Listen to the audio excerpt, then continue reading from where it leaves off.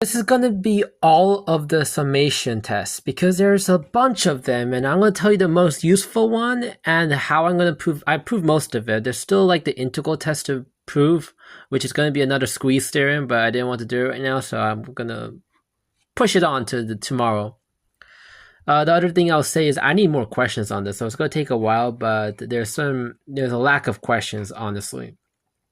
The first is a power series test, and this is like the proof thing. This is going to be used for every single proof, like the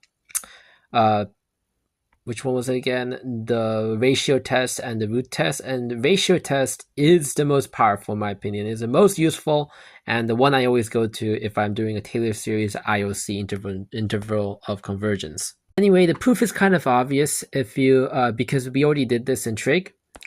You expand the Q1 and go on to n, and then you multiply it by r, and then you minus those two, and you get the telescope cancellation, which leaves these two, and you can divide them to get this format over here.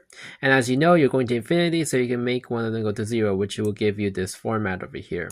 Yes, but the only thing to note is that if this is greater than 1, it's a divergence in the end of the day. You're basically seeing a little bit to the left, a little bit to the right, and actually trying to figure out if this is true.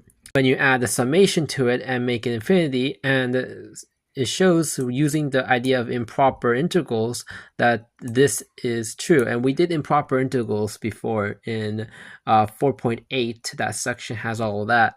And if you want to look at it, go ahead. It's all of this stuff. If you remember this. It's not loading, but yeah, it's all this stuff. Ratios test, the most powerful of them all, and in my opinion, and you're going to actually use a little bit of a step up, get this formula over here, and then you're going to do h is greater than that, and you're going to go all the way down here to the geometric ratio, and you realize it's less than the actual series, therefore this is true.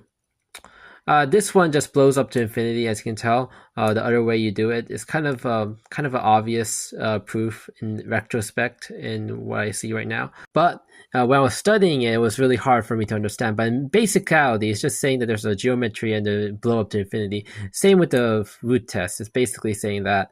And the divergence test is basically the possibility. By looking at the end over here saying an, there's a possibility that it goes to 0 if you take a limit to infinity. And if that's true, you know it's possible to be a convergence or divergence, but if it doesn't become 0, we know it's divergence every time. I don't have enough time for a limit comparison test, so I guess I have to make a part 2 on this one. Kind of is the same idea as the root test, but a little